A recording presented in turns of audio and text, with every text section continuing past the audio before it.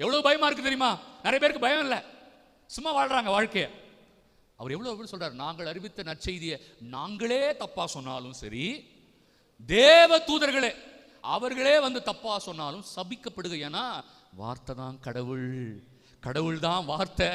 அதை நீங்களோ நானோ மாத்தி பேசவோ திரித்து பேசவோ நமக்கு தகுதியோ அருகதையோ உரிமையோ இல்லை.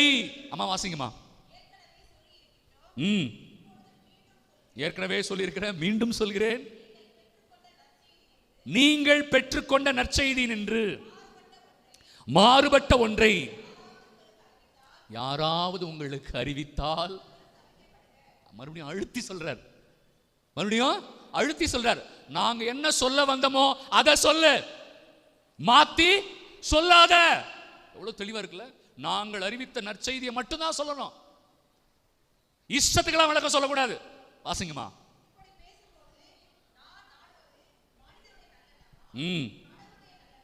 மனுஷங்களுக்கு பிடிச்சத பிரசங்கம் வச்சா நல்லா இருக்குமே இல்லையா? இப்ப இருக்கிறவங்களுக்குலாம் எது ரொம்ப பிடிக்கும்? நீ சரியாயிடுவ, நீ நல்லாயிடுவ, உனக்கு சுகமாயிடும். கரெக்டு தான், இல்லைன்னு சொல்லலையே. ஆனா அதையே நீ பிரசங்கமா வைக்காத.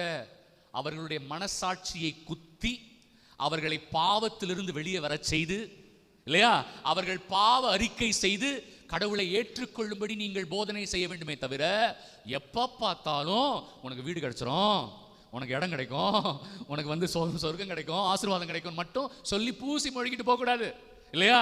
எப்பவுமே கடவுளுடைய பிள்ளைகளுக்கு அவர்களுடைய பாவங்களை எடுத்து சொல்லி அவர்களை கடவுளிடம் அழைத்து வர வேண்டுமே தவிர, எப்ப பார்த்தாலும் ஜனங்களை திசை திருப்புகிற விகிதத்தில் அவங்க ரொம்ப கரெக்ட், நீங்க பாருங்க உங்க எதிரி அழிஞ்சு போயிடுவான், நீங்க பாருங்க நீங்க உயர்ந்துருவீங்க, நீங்க பாருங்க அவன் காணாம போயிடுவான், இது மட்டுமே சொல்லக்கூடாது. அவங்களை எங்க இருந்து கூப்பிடணும்? பாவத்திலிருந்து கொண்டு வரணும். அம்மா வாசிங்க. I don't want to please human beings. நான் மனிதர்களுக்கு உகந்தவனாக இருக்க விரும்பல. இதை சொன்னா அவங்களுக்கு பிடிக்கும், இதை சொன்னா அவங்களுக்கு பிடிக்காது, அதனால நான் இதை சொல்ல மாட்டேன், அவங்களுக்கு பிடிச்சதையே சொல்லுவேன். நான் அப்படி இல்லை. வாசிங்க.